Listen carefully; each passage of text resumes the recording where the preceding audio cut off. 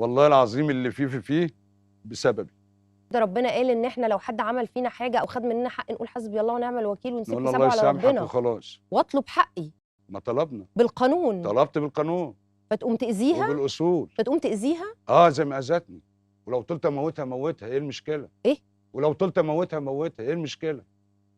مش اذياني؟ يعني احنا نقبل ان هو يأذينا والناس ما تقبلش ان احنا نأذيه؟ يعني ما خلينا منطقيين شويه. انت تقبل ان هي تأذيني انما انا ما اذيهاش؟ يعني لو افترضنا ان انا النص مليون جنيه اللي في 2017 كان هو كل ما املك او تحويشة العمر وجيت ضاع مني، يبقى مش مستقبلي ضاع؟ ترضي انت ان هي تضيع مستقبلي وما ترضيش ان انا اذيها؟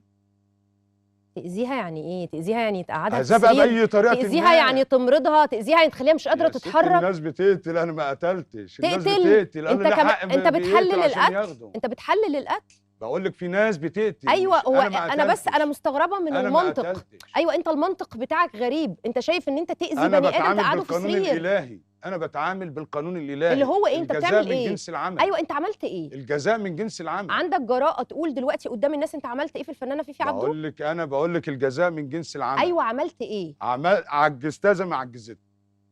والنهارده هي في اجزاء في جسمها ما بتتحركش، بكره في اجزاء بتتحرك هتقف.